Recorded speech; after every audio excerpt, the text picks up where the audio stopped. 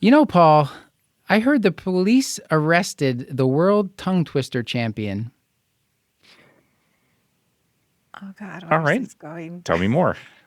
I bet they're going to give him a really tough sentence. All right. That's okay. My delivery sucks. I got to work on this. No, don't blame the delivery. The Curbsiders podcast is for entertainment, education, and information purposes only, and the topics discussed should not be used solely to diagnose, treat, cure, or prevent any diseases or conditions. Furthermore, the views and statements expressed on this podcast are solely those of the host and should not be interpreted to reflect official policy or position of any entity, aside from possibly Kashlak Memorial Hospital and its affiliate outreach programs, if indeed there are any. In fact, there are none. Pretty much, we aren't responsible if you screw up. You should always do your own homework and let us know when we're wrong.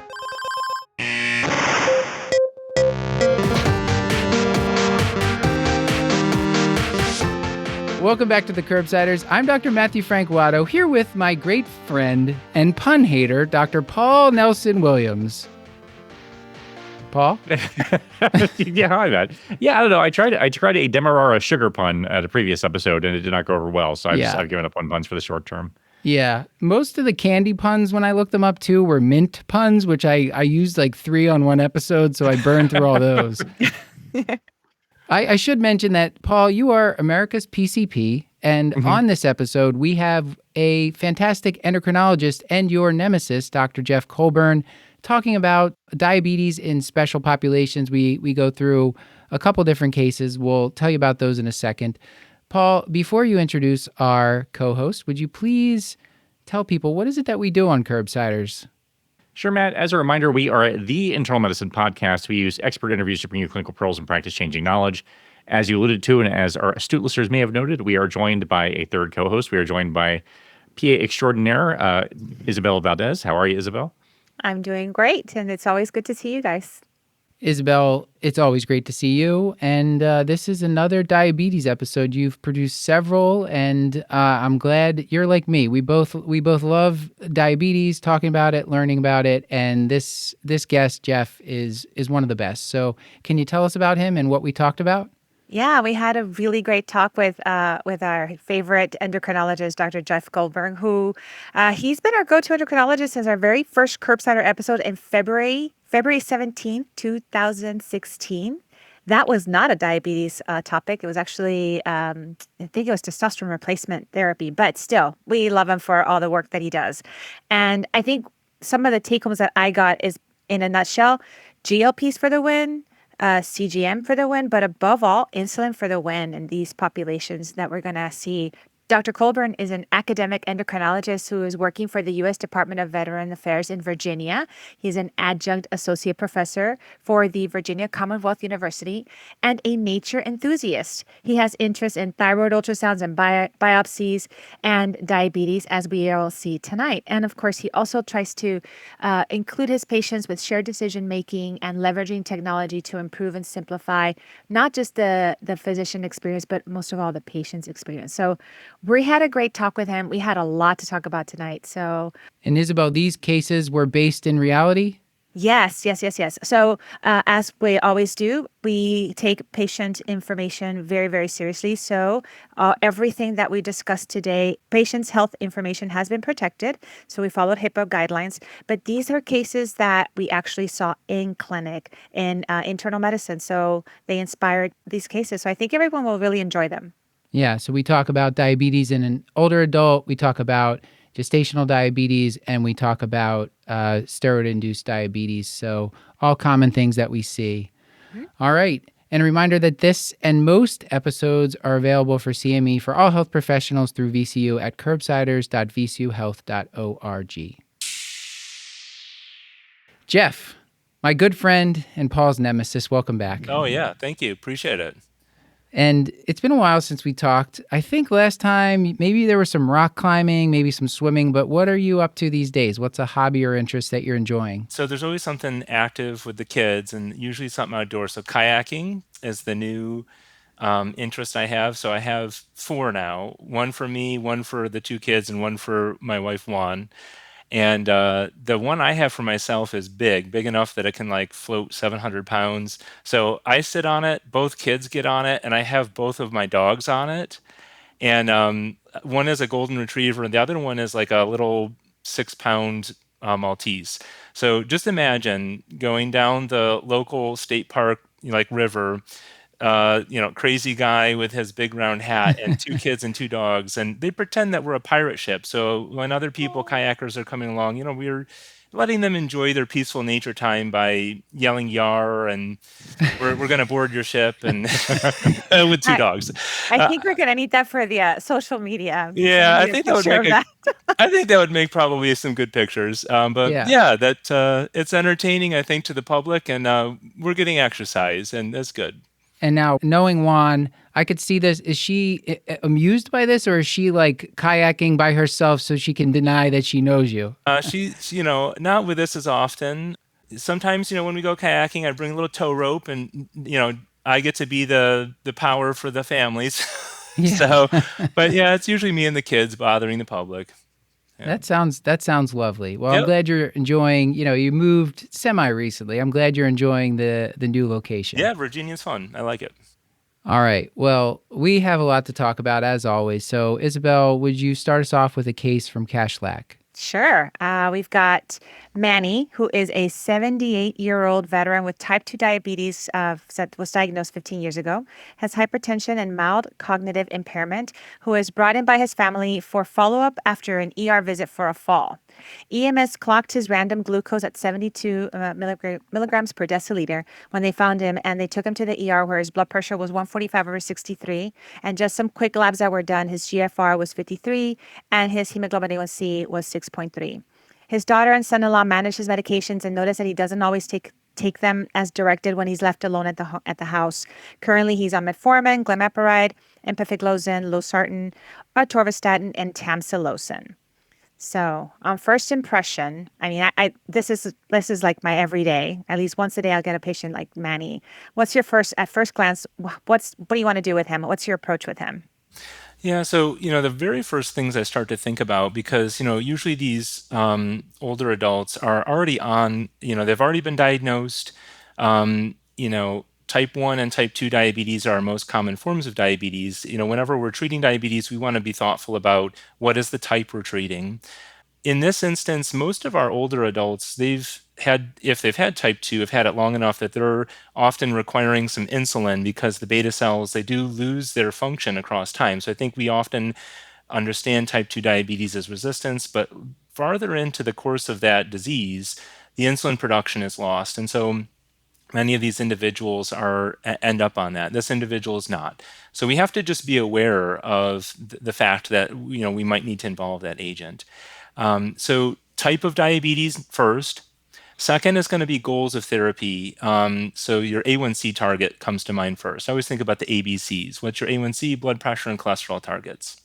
So for A1C, for older adults, all of the guideline writing agencies want us to think about relaxing where the A1C is to try to prevent the burden of polypharmacy, to prevent the risk of hypoglycemia are the big ones for patients. And these individuals, they often don't detect hypoglycemia well because of cognitive dysfunction. They're not in tune with how their body's doing.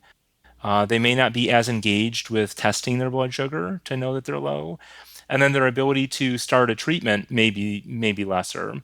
And then they have more risk to fall and to have injuries like fractures. So right up front, I'm thinking about those areas for my patient. I think the misconception here that I've encountered is some people just they're hesitant because they're happy that the number is lower, maybe that it's been in the past. Yep. I don't know, Jeff, if you have a way to diffuse that with like the families coming in high-fiving that their 78-year-old multi-morbid parent has like an A1C of less than 6.5. Yeah. They've been beaten over the head for years to get it less than 7, and it's finally there. And so the family and them are so happy. And then when you tell them that that's not actually quite good, it's so confusing. And I can't tell you, every day almost in clinic, I see someone they're scratching their head and like, Doc, do you know what you're talking about? I think the thing that helps them hear that we need to make changes is they often know that high blood sugar damages the body, but many have not heard that low blood sugar causes damage. And probably the two main things I bring up for damage is one, it actually worsens cognition quite a bit. So when you look at studies of recurrent hypoglycemia, that has a big impact on loss of cognitive function. And so that's the thing this patient's struggling with, and that everyone's really afraid of, rightfully so, because once that goes, your self-care and dependence all disintegrates. And so everybody knows to protect that. And then the second one is falls. And I tell them I'm very worried about that. Particularly, I have patients that, and I always ask this specifically in my clinic. I say, where is your test supplies, and what floor of the house do you live on? A lot of times it's the second floor. And I'll ask them, if you're low in the middle of the night, what are you doing? Well, I'm walking downstairs to get something from the fridge. No, see, keep some glucose tablets by the bedside. So those are some early things I try to discuss. Yeah, actually, for my patients, I make the caregivers get like a small sugar packets. In fact, the gel caps or the tablets. I said I want one in every room. I want one in the bathroom. I want one by the toilet, by the sink. He or she may come out of the shower not feeling well. You just never know when it's going to happen. So you just have them all over the house. Yeah, I like to use like you'd mentioned, the glucose tabs, because no one's snacking on those. They don't taste very good because they're just glucose. Sweet tasting things are more like sucrose and all the other oses, mannose, maltose, fructose.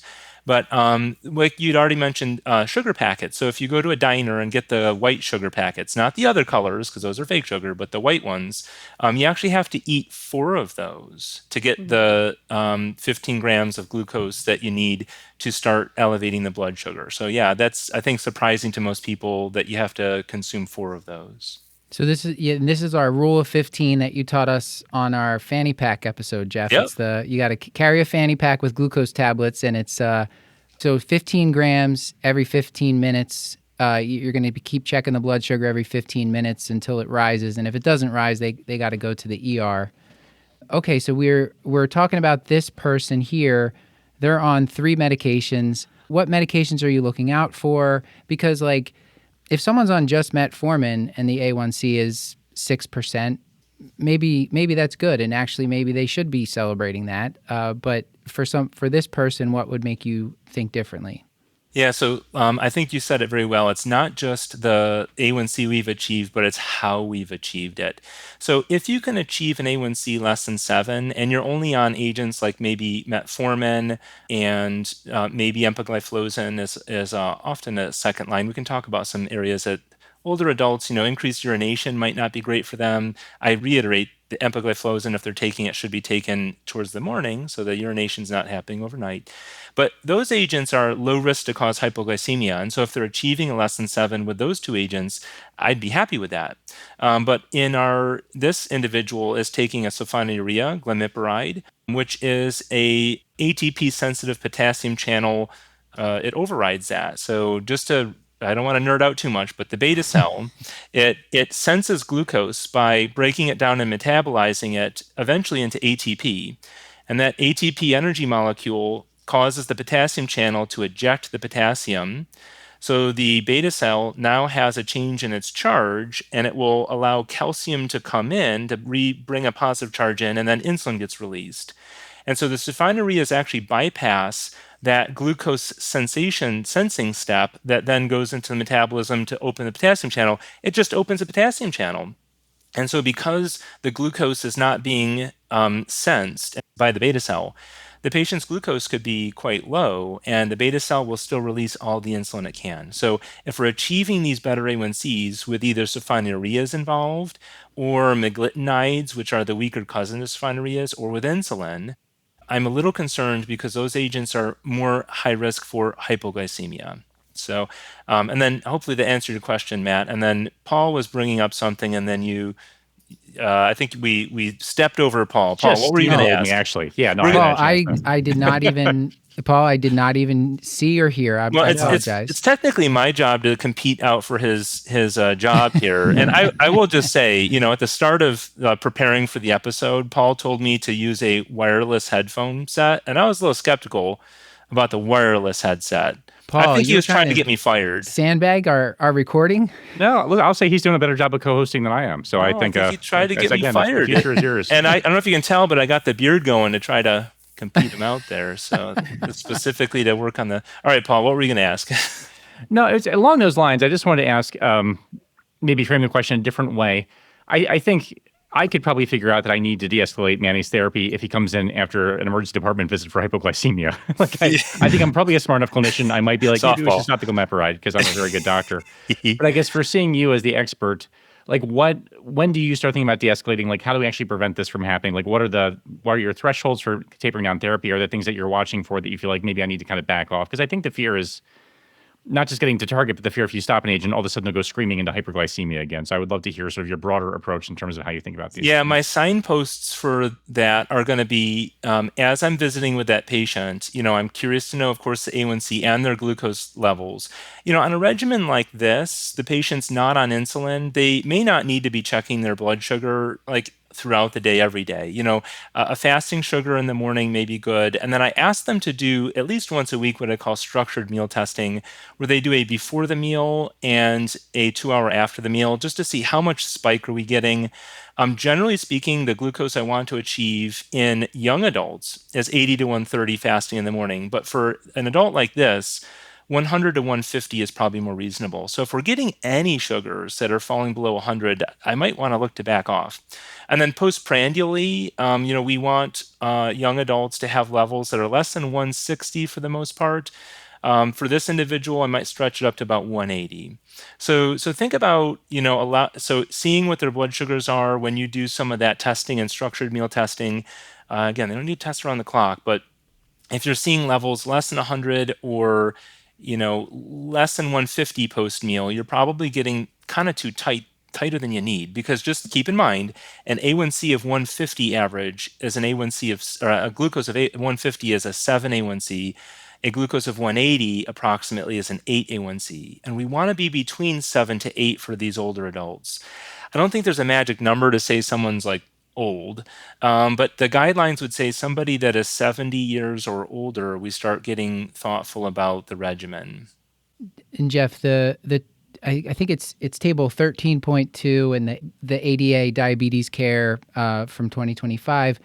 They sort of say, like, based on how healthy the person is and how sick they are, like what the goals become. And eventually the A1C target just drops away, and they say just avoid hypoglycemia and symptomatic hyperglycemia.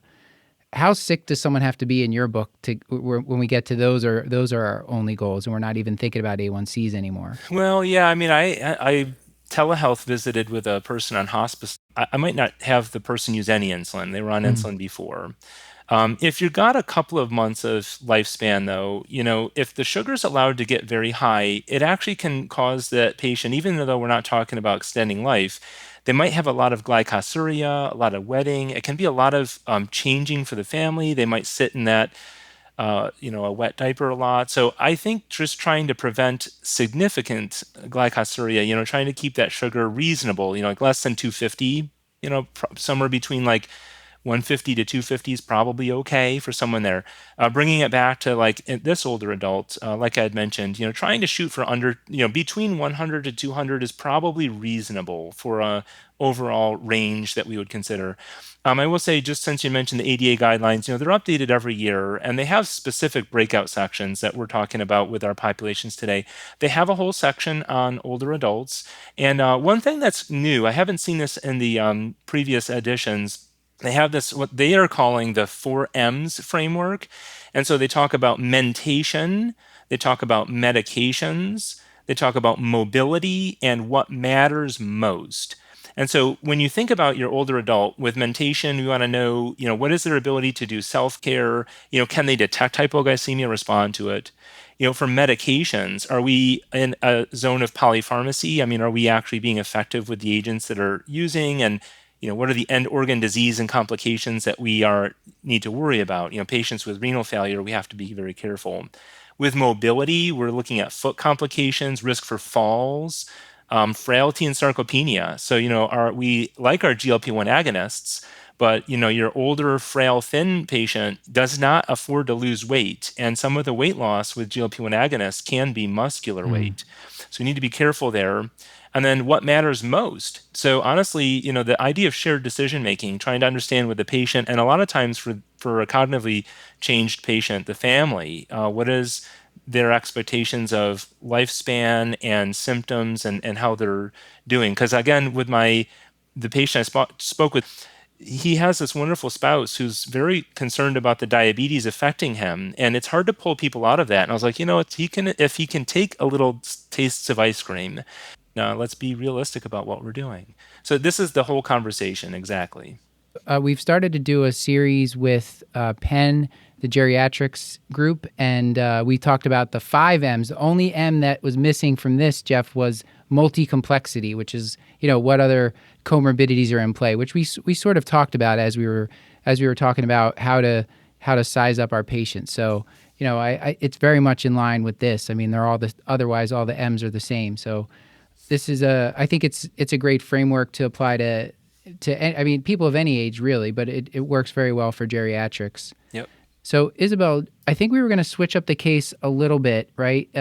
So is this person going to be on insulin? What do you want to do? Where do you want to take this? Yeah, because actually we've started to talk about this already. Like, what if let's say he could not have been on any of the meds? He wasn't on glimepiride, metformin, or empagliflozin. So he was on glargine 50 units and aspart 15 units before meals.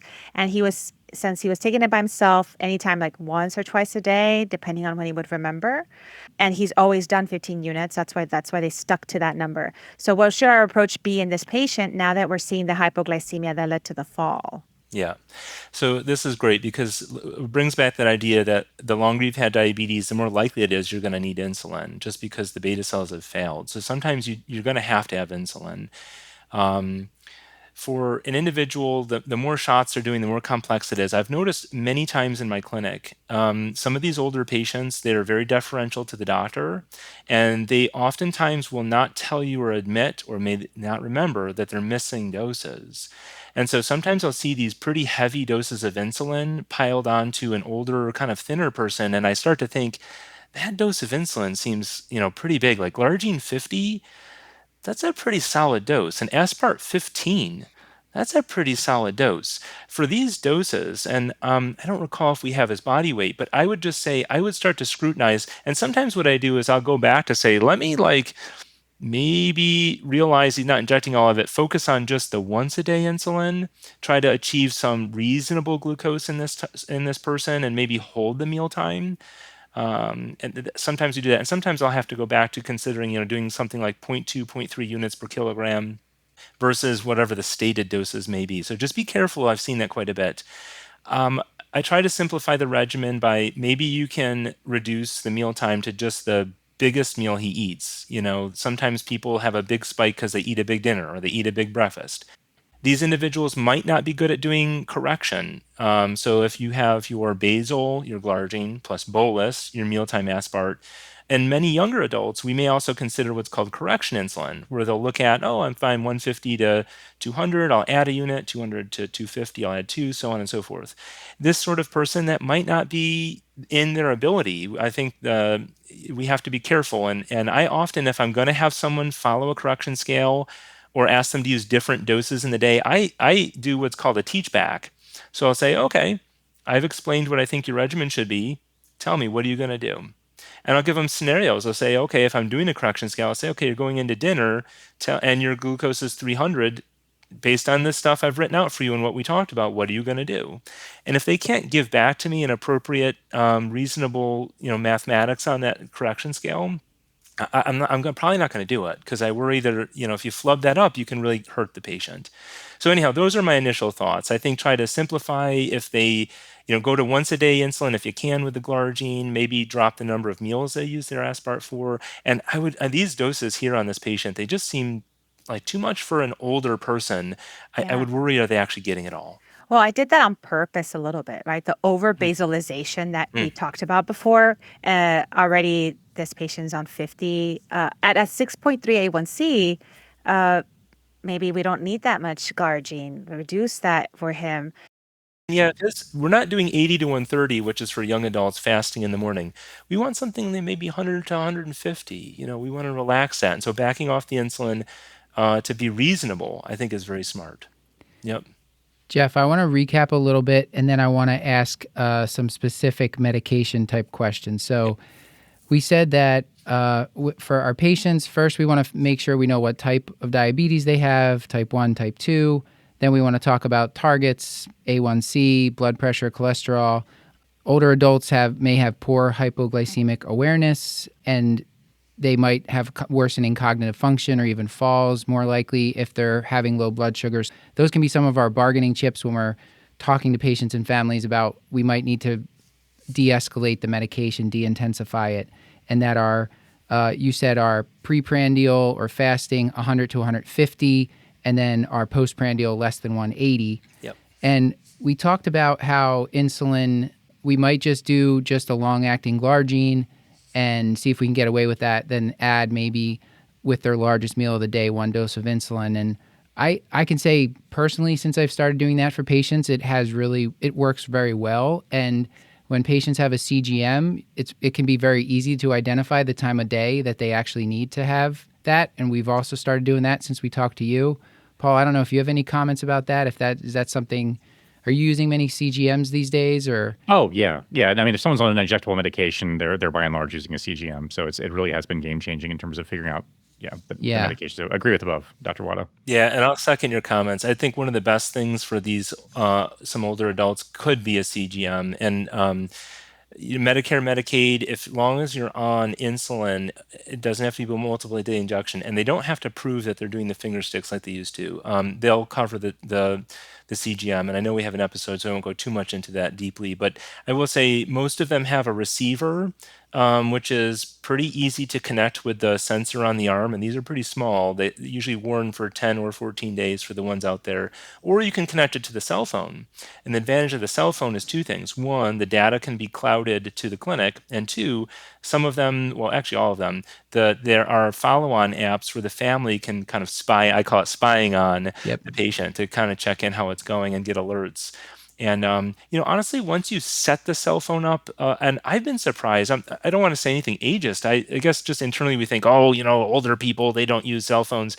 I have patients that are 90, 95 years old. They're whipping through their cell phone just fine. And they don't need to know how to do complex computer stuff with it. It's just, we actually at our clinic, we help people get the download done, connect it. And then once things are connected, it kind of it's pretty good. And the family usually will help the patient. So anyhow, I just want people to realize, don't discount a person's technology ability on the CGMs because they're pretty user-friendly nowadays. Jeff, the specific medication question I wanted to ask, I guess there's two. Maybe you can, so first, do you have any favorite sulfonylureas if you're forced to use them? And then second, I've been seeing the endocrinologist, and maybe this is just a local practice pattern, using like the glinides, like nateglinide or repaglinide. Yeah. And those are meds that I was never really necessarily trained to use. So I don't know if you think they have a place for certain people, but if you could just comment on those insulin secretagogues. Yeah, no, you're very right. So the meglitinides are the weaker cousin to the sulfonylureas. They work at the same place. They work on the ATP-sensitive potassium channel on the beta cell. So again, they are going to override glucose sensing. And so there's a potential that the person can have lower sugars happen. But they have a shorter duration of action. And so the hypoglycemia risks are lesser.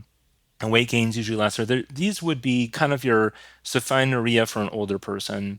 And I agree, in my internal medicine training, I never heard about them until I got into fellowship.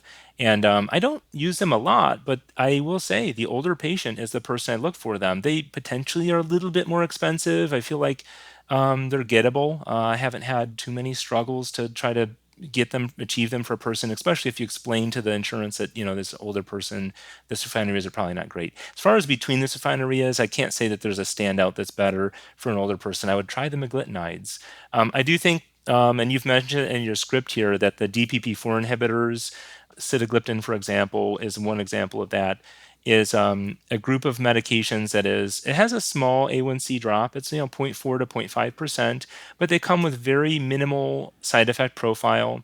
They are renally dosed, but I will say most experts will say that it's mostly be careful with initiation, and then you can actually bring the dose up as long as it's tolerated.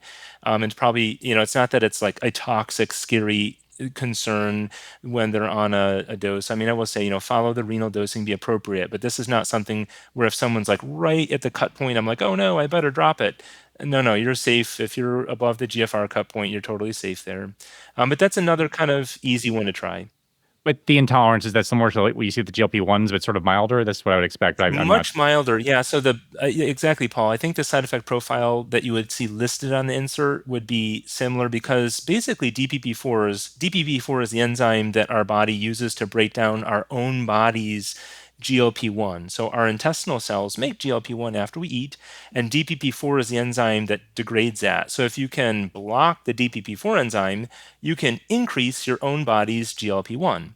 So it's not going to go up as high as when you inject GLP-1, but you could foreseeably see a side effect profile that might be very minimally or mild, like a GLP-1 though. Yeah, that's a good thought. Yeah, I find those medications that they have a very narrow use case for me because they're expensive still. Yep. There is just this weird formulary thing. Sometimes if you can get metformin paired with one and it's like tier 1 on a formulary, and I'm just like, all right, sure, why not? We'll use it. Kind of a freebie. Yep. That's like one of the few times I use it. Yeah, I'm not driving for it. Like you say, it's expensive, but if you can get it like cheap for some reason, it's kind of a freebie, low risk, and it might help a little bit, enough to stop using a higher risk agent. For me, it's almost like a psychological medication. Like it's for the patient who's really obsessed with the A1C and just wants it a little bit better. And like I don't have a real horse in this race. I'm not too worried about it. I'm like, all right, if they can afford it, we can throw this in the mix and sort of see how they do. There's one more to touch on quick, and Isabel actually did a good job bringing this one up, which was pioglitazone. So your TZDs are a class of agents that have really been dragged through the mud. Pioglitazone is really your only one on the market. Rosiglitazone and troglitazone are no longer out there. These agents, back in the day, more than 10, 15 years ago, were thought to maybe increase the risk of heart disease and heart events. And so actually diabetes agents coming to market are required by the FDA to do cardiovascular outcomes trials because of these agents. And pioglitazone was absolved of the concern for causing heart disease. If anything, it actually might reduce it. But it does cause fluid retention. So if your patients with heart disease and CHF, heart failure, should not get them because they have problems with fluid retention. So that being said, pioglitazone, it has a A1C lowering effect of maybe up to 1. Pioglitazone is dosed at 15, 30, or 45 milligrams, taken once a day. Other than fluid retention, patients may have some increase in abdominal circumference, which for an older, frail patient may not be a problem so much, but also there is concerns for bone loss and osteoporosis, which affects this population. Less so for males. If you have a normal bone mineral density in a male, I'm not that concerned maybe with that agent. I will say these agents in the IRIS trial were shown to reduce the risk of stroke. And so this could be another, and actually there's some good evidence to show that they might reduce or delay the onset of cognitive loss. And so in addition to being an agent that gets visceral fat out of the liver and it mobilizes it to the subcutaneous space, so you might have some liver benefit for those MASH patients. You've got a couple of interesting things that are useful here, and it's a low risk for hypoglycemia. So that's the reason I bring it up in this case, is that it could be another agent to consider. He's a male, unless he has thin bones, it could be reasonable. He doesn't have heart failure. It might actually help quite a bit. And I use this actually quite a bit in these patients that are not right for intensive insulin and maybe not safe for sulfonylureas. Okay. So our first patient here, we're going to back off the glimepiride, I imagine, and then if we were giving him the case where he was on the insulin, we would have cut down on the basal insulin because he was over basaled. Anything else you wanted to talk about before we move on to the second case?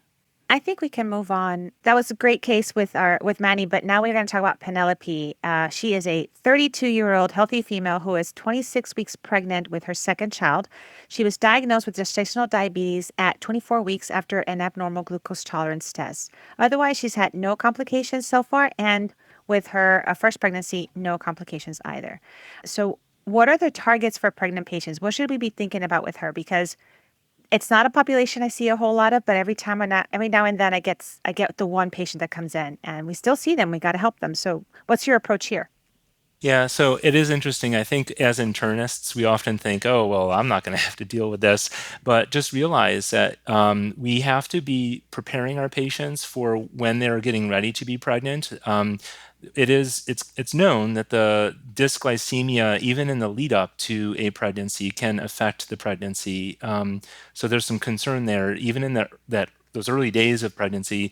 And then truly the patient may not know that they're pregnant. So we have to make sure that they're trying to control their diabetes if they have it as they are fertile and if they're not using effective contraception. So young women that have fertility potential should be consistently counseled by their physician to either use appropriate contraception, well, and to have their diabetes well controlled.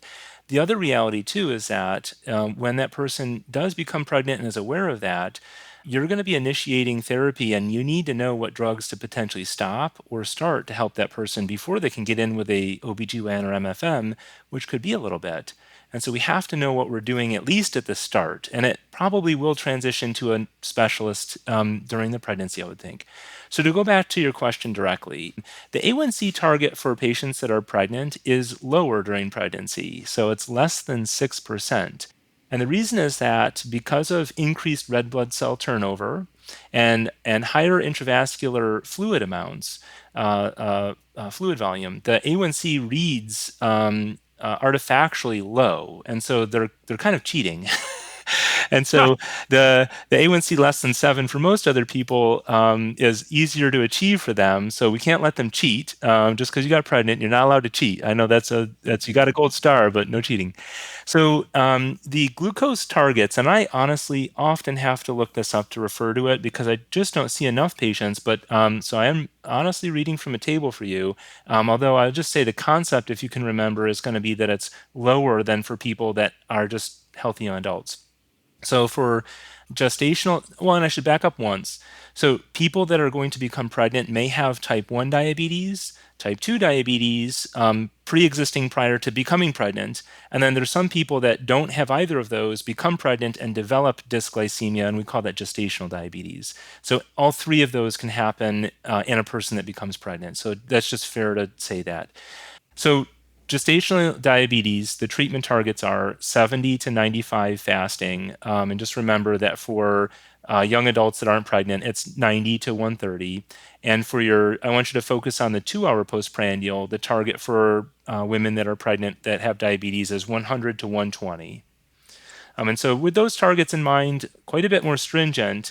And we have to try to achieve those to benefit the baby as the main target we're talking about. And this is table 15.2 in the diabetes care, like the most recent version of those. So yes, yeah, and I would say refer to that. Certainly, we all refer to things that we don't do every day. I would say if you're not familiar, take a peek there, and you can offer that to your patient to say, hey, this is what we're supposed to try to hit, realizing it's tight and it can take some work to get there. Yeah, they even have in the guidelines for people that wear a continuous glucose monitor, like if they have type 1 diabetes, they even have like the goal sensor ranges and everything too. So it has some really specific stuff in there. Yeah, and just to say it, it's and I'm looking at it, 63 to 140. Now the time in range is usually 70 to 180. I don't know that plays the same in this because that upper part of the time in range is just too high actually for these people. So I think you have to really go with the glucose range, not the time in range percentage. I would probably use the actual straight glucose because you don't want them over 140 like at all is the target. Yeah. Okay. So we're talking about like preconception counseling here, and we just talked about like where we want their sugar to be, but how are you talking to people that, let's say they have diabetes already and they're taking medication? Like what do they need to be thinking about if they're going to be getting pregnant? I mean, just as far as diabetes agents goes, if so, we were talking in pre-recording. Someone's on now semaglutide, tirzepatide, those kind of agents. Any of the ones we were talking about before, any specific diabetes meds that would be a no-go in pregnancy? Yeah, so GLP-1 agonists are going to be a do not use in the pre-pregnancy. Once the person becomes pregnant, it needs to be discontinued.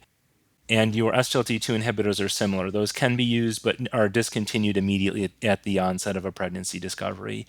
And so some of the specific concerns, so GLP-1 agonists, they induce a lot of weight loss, and they're not well studied during pregnancy. They can also potentially increase the risk for retinopathy, which pregnancy is we're not quite sure what that association is. We're seeing a non-ischemic optic neuropathy happening during use of GLP-1s. We're not sure what is the pathophys of that, but there's some retinopathy concerns with them. So pregnancy patients that have diabetes and are young fertile females need to have regular routine dilated eye exams to evaluate the retina every year. And when they're pregnant in the first trimester, and if there's any concerns there, every trimester during that pregnancy, because that's a time when retinopathy can really take off. Macular edema can happen, which will cause blindness, and that can happen in the person during the pregnancy. And so we're talking about some acute changes in vision that are high risk. And Jeff, this is specifically with the GLP-1 agonist, or is this for just any woman with diabetes who's of like childbearing age and becomes any pregnant? woman with diabetes, we have to be watchful on the eyes. Yep. And the GLP-1s, I think especially, we have to be a little careful of with the recent advice from the FDA and other advisory bodies that are telling us that there's some signal that we need to investigate further with the literature to understand what the relationship might be. But yeah, any young person and female and during pregnancy with diabetes needs close monitoring. Other medications, we used to have a sweetheart for metformin and sulfonylureas. Those were the standards for treating young women with pregnancies and diabetes. We actually thought, oh, these are safer than insulin.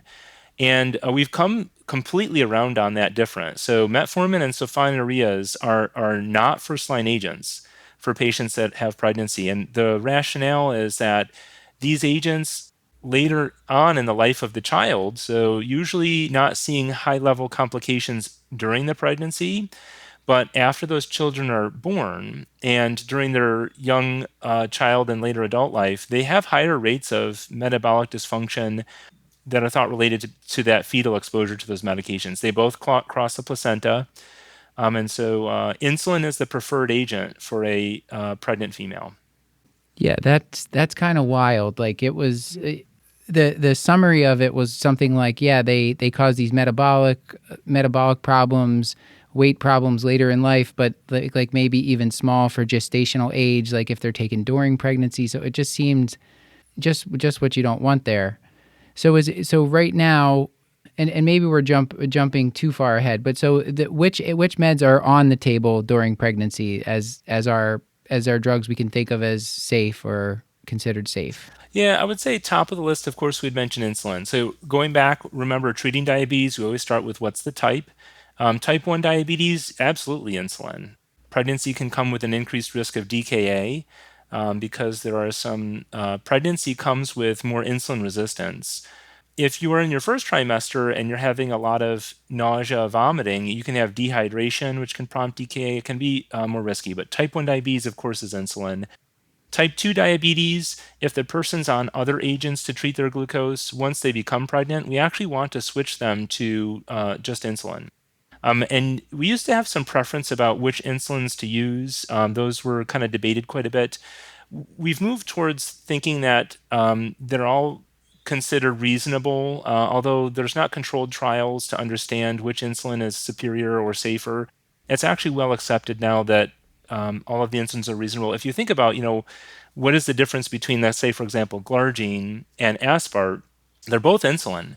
The shape of them has to both fit into the insulin receptor. The only difference is the types of substances that are included in the insulin to slow or speed their absorption and their effect. And those usually aren't things, those substances are not things that are usually going to pass the placenta or affect the baby. So it's, insulin's insulin, that's your primary tool. And then for gestational diabetes, it's thought that many of those cases can be treated with lifestyle. And so going back to getting them with nutrition counseling, getting them with regular moderate exercise is the first line treatment for gestational diabetes. And then if that's not substantial enough, insulin. One last one I will just say that we often don't think about, but folic acid supplementation is critical to prevent neural tube defects. It is recommended at 400 to 800 micrograms per day. That should be part of the thinking that we all have as well. Yeah, those are my brief thoughts. And there has to be some nuance to this, I would suggest. But I'm just imagining a world like, because we have so many options now, and because type 2 diabetes is happening at earlier and earlier ages, I can envision someone who had a pretty bad, not a bad, but an elevated A1C that then we're treating efficiently or effectively with GLP-1 agonists and metformin. And then we find out that this person has become pregnant. And then we have to stop those medications and start insulin. So this is my long-winded way of asking, because I've had trainees enter their second year of internal medicine residency training without having to initiate insulin. Yeah. And so I guess my question is does your, because for someone who's not pregnant, I'm a little bit less aggressive with insulin. Like, truth be told, I'm not starting insulin on a lot of pregnant patients. This is not part of my day to day. But in general, when I'm starting insulin, I'm not super duper aggressive, just because I want patients to get used to the idea and make sure that I don't make them hypoglycemic. But here it seems like there's a little bit more urgency. This is my long-winded way of asking sort of, what does initiation look like? Does it differ for someone who's newly pregnant versus someone that you're just normally initiating insulin for in other circumstances? Paul, that's a great question. I think the initiation can be the same as with your other patients, but the difference is going to be on how quickly they get the follow-up. Honestly, and it's very hard for us in the style of the way visits work. I don't know how often you can get a patient right back in your clinic, but this is where I think if you have a nurse practitioner, someone who's like set up to have a, every 3-day kind of quick call with the patient as part of a routine to titrate that insulin quickly, that can be really key. These are such high risk situations that we really want to get those targets, like you'd mentioned, under wraps. If I didn't have that resource, it would be one of the ones I would say is worth the spend of your couple of minutes to just grab a call for that patient. Hey, where are we at with the sugar today? Okay, great. Let's do this change. And then hang up, because that's worth it, I think, for this situation. But I think my initiation would be similar to other patients. I would start them on basal insulin like glargine. I will just give one exception to that. This is pregnancy, type 2 diabetes, and even gestational, probably more so gestational, will seem to have some pretty big spikes of glucose after meals or from meals, compared with the elevation in fasting glucose, as opposed to kind of other adults that have obesity and have diabetes. And this is the one time where I might actually start fast-acting insulin first to just tackle the big meal jumps before I start a basal.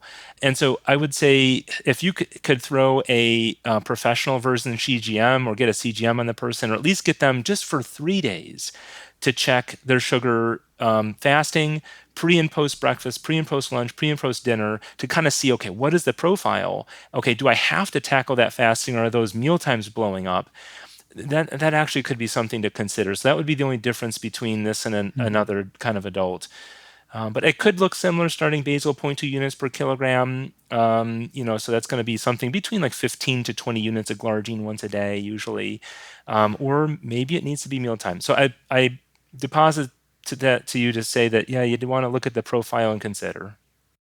Okay. And because I want to make sure we have time to get to the last case, let's ask about just postpartum, anything specifically for our patient. Let's say we gave her gestational diabetes, and she did okay with just lifestyle modifications. So fortunately, she wasn't messing around with the CGM and the insulin. But what about postpartum? What should we tell her there? Yeah, so if she had gestational diabetes, there is a 50% chance that she will develop type 2 diabetes in the next 5 years.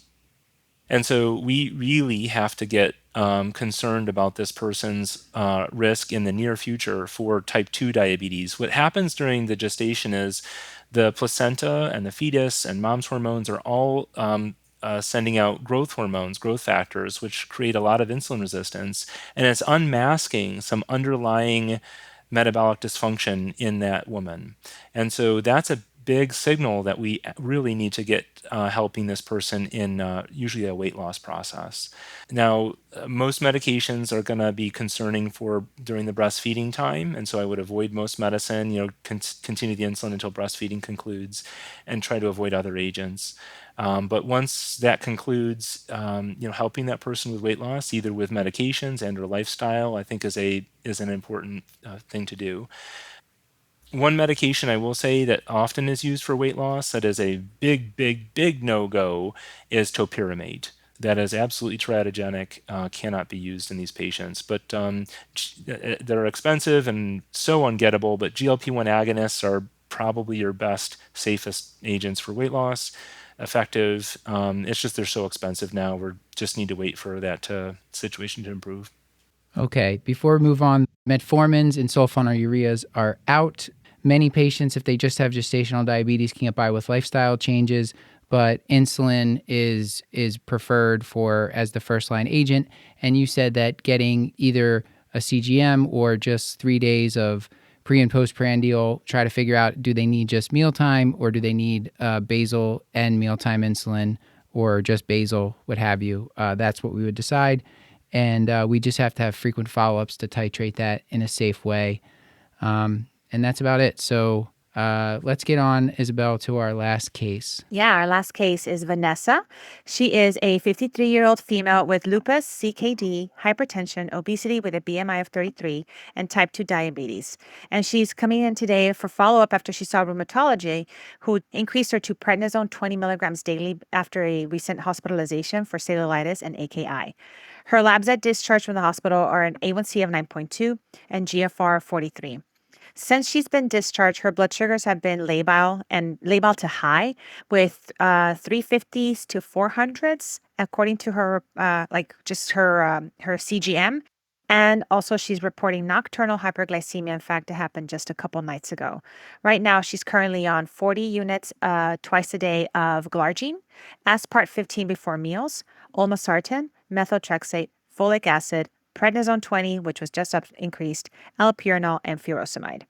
So, again, her approach with this one, because she's coming into us, rheumatology said, you need all the prednisone. And then she's coming to me with, I have all the high sugars, but then she's got these hypos at night. I know this is something that we've talked about before. So how should we approach this? Yeah, so this individual is at high risk to begin with because their A1C is elevated, which means that they probably had a uncontrolled set of diabetes glucose even before those steroids got on board. Of course, I think many of us are very familiar that corticosteroids are going to raise the glucose levels for the patient. It's interesting; it will raise it throughout the day, but if you were to focus on either it being fasting, morning sugars, or postprandial glucose, the most dramatic effect is actually on the postprandial glucose, and it has to do with glucose disposal and the effect of corticosteroids on the insulin-sensitive GLUT receptors. And so muscle and liver and fat are your main places that will be taking glucose out of the blood and disposing of it, if you will. And steroids dramatically affect that. And so you can get some very high postprandial spikes. We're benefited by having, first of all, sugar information. And so I always go back to thinking, what's the type of diabetes? This person's type 2. And then you need the data. Having a continuous glucose monitor, just say that again, would really help in this situation to see what the profile is. Now, this person, luckily, is already on insulin, which is great. Many people that aren't need to, like, in short order, learn how to do an injection and manage insulin. So we're already, I think, a little step ahead of the game. One thing you might consider is trying to look at the profile and see if, to start with, you can adjust the insulins they're already using. I would say, in general, this person might be able to get away with just dialing up the aspart. And so if you're seeing that it's just big time meal bumps for the duration of time that we expect this person to stay on the prednisone, the only thing we might have to do would be to dial up that aspart for the duration of the time they're on the prednisone, and then they may be able to bring that back down. Now, how much to go up by? I usually start changing insulin by 10 or 20% based upon if there's hyperglycemia, 20% being if, wow, there's a lot of hyperglycemia. So I'd probably do a 20% increase for this person. That'd be, somewhere between 3 to 5 units more already up front. So with each meal, and then assessing response, and then going up further. Their A1C is high to begin with, so I might actually go up a little bit more, maybe 5 or 6 units on top of what they're doing for the meals just to begin with. I will say you've added the lovely concern of acute kidney injury. So not only are we piling on the insulin, but this person has some renal dysfunction. Just to bring that concept to the fore, insulin is renally cleared. And if we have a person with declining renal function, you can have hypoglycemia when the insulin, when it's lasting too long, longer than you think, and it's stacking. So those are some initial thoughts I have on how to maybe manage this person. But should we keep her then? I mean, we just mentioned over-basalization in our last patient, and she has a BMI of, I think, BMI of 33, and she's taking a total of 80 units of glargine a day. So would this be over-basalization? How should we adjust the glargine, or should we even stay on it, considering that we're just going to go up on the aspart? Yeah, the basal, I agree with you, is probably going to not do as much in the face of this problem because of the acute rise around the meal times. So that basal, like I'd said, if your first attempt with a patient is to just dial up what they already have, that's probably the best first step. However, I think your point is actually very apt in saying, the basal is not helping as much in this type of scenario. Are there any other tools in the toolbox? And there are. And you can use an intermediate acting basal insulin that also contributes to mealtime coverage. And this is an older insulin, which many of us have probably forgotten or maybe never used, but that would be neutral protamine hagedorn insulin, or NPH. NPH insulin is kind of interesting. It has a pharmacokinetic profile that is actually pretty similar to the way the steroid would affect the patient. This is in particular for hydrocortisone, prednisolone, and methylprednisolone. Those are your short and intermediate acting steroids. And the impact that they have on the blood glucose due to their duration of activity is very similar to the pharmacokinetic profile of NPH. NPH has an onset of 2 to 4 hours, it has a time to peak of 4 to 10 hours, and it has a duration of up to 18 hours. And so NPH, it does have, instead of glargine, which is very flat, NPH has a duration that is fairly long, but it also has a bump to it, a peak that occurs with it that can help pull, it can go up and grab and pull down some of those spiking sugars. And so that might be actually an ideal item to stop their basal insulin, convert that to NPH, and then usually I will take 2/3 of the dose. So, like, let's say they're on 80 of glargine. So, oh boy, Paul, help me with the math. What's 2/3 of 80? That's going to be what? Let's make it 90. Let's say they're on 90 of glargine. Okay, 60. Okay, make it easy for me. So 60, I can do that. 60 with the morning, like usually they'll get the steroids in the morning. So 60 along with the steroids, and then give the other 1/3 towards like the dinner time, which will serve as their dinner and their rest of the basal for going through the nighttime hours. So 30 towards the nighttime. I might make that change, maybe add a few units, or maybe just change it direct unit to unit, and then maybe go up on, I would leave them on the aspart and use that as well to cover those meal times. But it's a tool that I think many haven't heard of. There's a great paper that I think we're going to link by Dr. Cloran that talks about using for an insulin naive patient. So this person's already on insulin, but using 0.1 units per kilogram for person starting prednisone 10, 0.2 units per kilogram for 20, 0.3 for 30, 0.4 for 40 units per kilogram of NPH, and that given at the time of the steroid. One last thing, not that I've thrown enough numbers to dizzy people's heads out there a little bit, but is to think about when we're talking about those numbers, it's all prednisone equivalent. And so, like, for example, hydrocortisone is 20 to 1 for prednisone equivalent.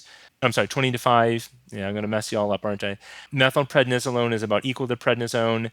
Dexamethasone is a big different one. Dexamethasone, it's approximately 1 to 5, and so it's much stronger. The problem with dexamethasone is it has a very long-acting flat profile. So actually, the dialing up the glargine or using the glargine might be better for dexamethasone. So anyhow, I've thrown a lot of information at you. Where did I confuse you? Well, it's not confusing. It's just with the. I just wanted to say, so and we can this table that Jeff is referring to from one of the papers. We can link for people, but essentially, it based on how much prednisone they're taking. So for every in increments of 10. So if it goes 10, 20, 30, or 40 or higher, they would take a different number of units of insulin per kilogram body weight. So it becomes a math equation, and there's calculators that you can use to do this, or any of the AI programs now. If you type in, they will calculate these kind of things for you. But they cap it, Jeff, at 0.4 units per kilogram, right? For anyone that's on 40 or more. Yeah, so you don't go past that generally, just because you're starting to get some big numbers, and we want to start assess the response before we start dialing up too high. And even the example here, those numbers start to scale. Like someone that's on 80 of glargine a day, we were talking about, let's say you have your average 100 kilogram person, they're already on more than 0.5 units per kilogram. So there's like, we talked about that over basalization. Like that's where I would start to think, like, is there too much basal insulin here for this person? Like, do they really need all 80 of that? And so when you're switching over to the NPH, like those big numbers, that just scares me. But I know what the math says. It's just a lot of NPH that sometimes you're calculating for these people. Yeah, and sorry, I probably misstated his name. It's Dr. John Clore, and he's actually a VCU graduate, and he was a VCU I haven't run into him. I work in Virginia. Okay. Yeah, and Jeff, so I've seen some people, if they're on a steady dose of glargine and mealtime insulin, and let's say you're in the hospital and they're getting prednisone every morning, 20, 30, 40 milligrams, someone would just give them just a little bit of NPH just at the same time they get the steroid, and just leave their same, almost like somebody that's on like pain meds outside the hospital. You continue their regular pain meds, and then you give them a little more if they have pain on top of it. I thought of it as the same way with this NPH. Do some people do it that way too? Absolutely, I definitely do. So I'll have individuals where they're going to start it, and I just throw the NPH on top, just like you'd mentioned. I probably only do that in the hospital though, because when you send someone home on 3 different insulins, it can get really tricky. Oh yeah, But that's why I mention it the way I'm trying to make replacements. But in the hospital, definitely, and I think, again, a lot of our audience may not really have used or be familiar with NPH. Maybe I'm wrong in that, because it is one that is maybe cheaper, and so maybe more accessible to folks that don't work in a place that can get the other insulins. But yeah, it is a good tool to throw in your toolbox. I would not be afraid of it. It's a good tool for this type of instance.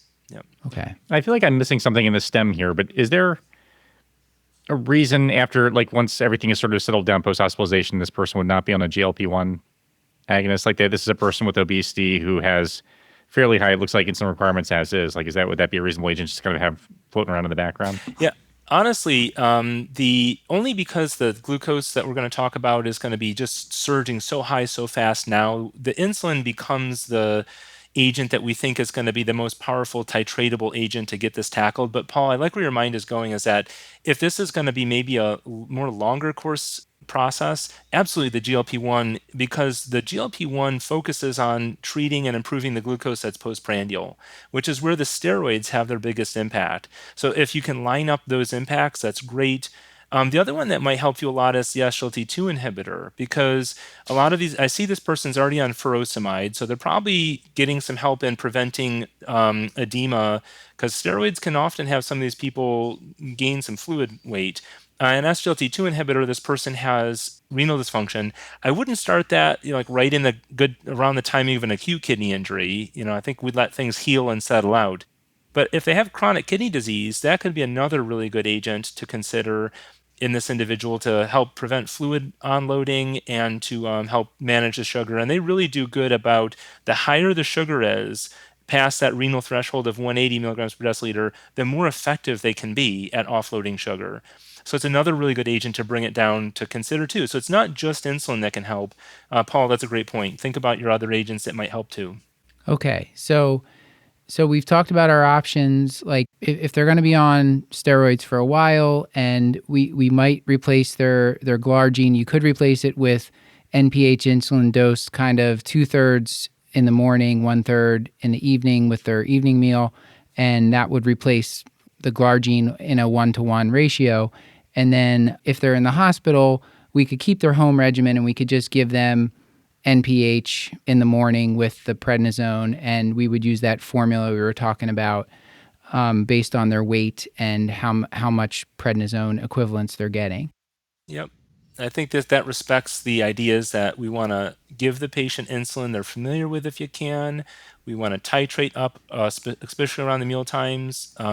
Isabel's comment of over basalization, that very high basal is not going to help as much in this situation. So getting NPH may be involved as the basal, or Matt, like you mentioned, just adding the NPH on top of the Mhm. regimen at the time of the steroid that's given. So you just time them right Yeah. together. All of those are valid. And then I guess the third option you had mentioned, I just recalled, was that you could just go up if they're really just having these really high postprandial excursions and they're taking prednisone. You might just go up on their prandial insulin and just go up by 10 to 20% just to give them a little extra coverage. Yes, and they might need a lot more than that, but I think it's a good place to start. And again, these are people that need some close titration because it might do nothing to bring that down. So you really need to drive those numbers up in quick succession. Otherwise, they're going to just be very hyperglycemic. So you really might need some of these individuals need a lot more insulin. It's hard to know. So just day Yeah. by day, a continuous glucose monitor would help a lot. I know we keep saying that, but you got to have the data to treat. Yeah. And if we had a different patient that just they didn't have like baseline diabetes, but now their A1C is 7-8%, and they're on steroids for something like polymyalgia rheumatica, where they're going to be on steroids for a while. Do you have a way to handle that? I know that changes this case totally, but that does come up fairly often. I don't know, Paul, if that's something you've dealt with before, but it seems to come up. Yeah, I mean, PMR doses, I mean, I've seen some of them get prednisone 80, I mean, some really high, and then they're going to titrate that down across like 6 months. And so, yeah, they probably need to be friends with insulin if they're not on insulin already. So just because the glucose has potential to really rise very quickly, and they're going to need some actual effective controlling treatment. So even though the other agents may be helpful, just realize that GLP-1 doesn't start working for several weeks until that dose comes up. They have to titrate up slowly. So you really need insulin to start in that patient, and at least just start glargine, and then you can start adding in the other insulins like we do for other patients, but they need to start glargine, and then you can add the other ones as they go forward. Okay.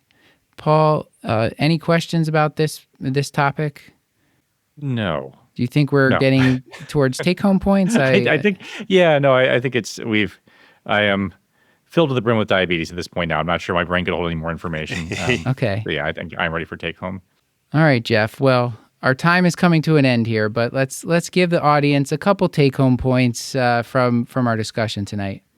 Yeah, so I think with our patients that are of advanced age, we need to really be careful of causing hypoglycemia. These individuals don't detect it very well in themselves, usually maybe due to cognitive dysfunction. Symptoms of hypoglycemia may not be as apparent to them, and then their ability to quickly access carbs and treat that may be impaired. They can fall, and lows can cause worsening cognitive dysfunction, which again just complicates their ability to take care of themselves even more. And so the A1C targets and glucose targets are softer.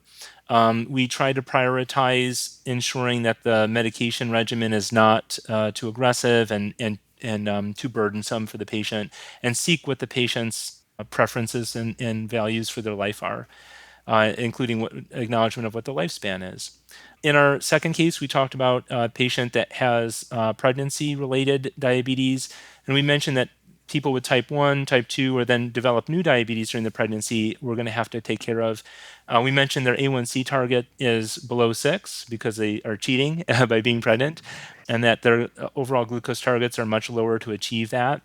That insulin is the primary agent and mixtures of insulins to treat patients, whereas before metformin and sulfonylureas were our primary agents. Those are okay to have on the patient before the pregnancy, but we discontinue those during pregnancy and favor insulin, which is kind of a new paradigm, but that is the accepted approach for safety of the fetus. We want to be careful with their retinal health with pre-pregnancy counseling that includes making sure their eyes are looked at yearly if they're a young woman that could become pregnant, ensuring they're using effective contraceptive if they're not ready to be pregnant, if their glucose levels aren't good, and they're not ready for pregnancy, and checking their eyes throughout and early in the pregnancy. In our third case of steroid-induced hyperglycemia and diabetes, we mentioned that insulin is a powerful agent that is highly titratable, so that's usually your go-to.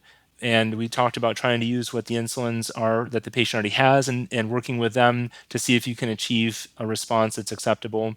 And then also knowing that new trick of knowing that you've got NPH in your tool bag, and you can use 0.1 units per kilogram for prednisone equivalent of 10 milligrams, and 0.2 for 20, 0.3 for 30, and so forth, delivered at the time of the steroid delivery. And that can be added to their entire regimen to help cover glucose, or you can convert their basal to NPH because it has that peak effect and also acts as a basal. Although, again, NPH has to be used twice a day. And even though it's used twice a day, the patient is actually recommended to eat 3 times a day because that peak at the middle part of the day might cause a low if they skip that lunch. We did mention throughout all of the talk that GLP-1 agonists are probably great agents. We all realize they're very expensive, but can help with older patients, that don't have sarcopenia and are thin.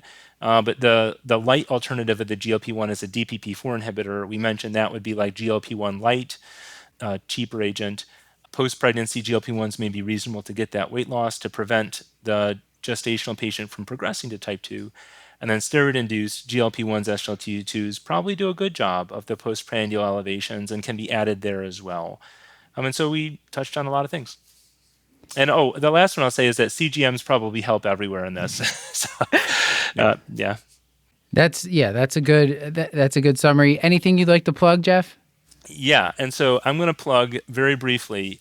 So you didn't ask a book recommendation, and the last time that you did, I felt I was terrible because I mentioned my book recommendation was a book that I recommended before, and that was like, oh, hey, Jeff, you recommended that when you were on last time, like last year. I was like, well, okay, I guess I haven't really advanced myself, and I was rereading it. It wasn't just because I hadn't read a book in a year, so...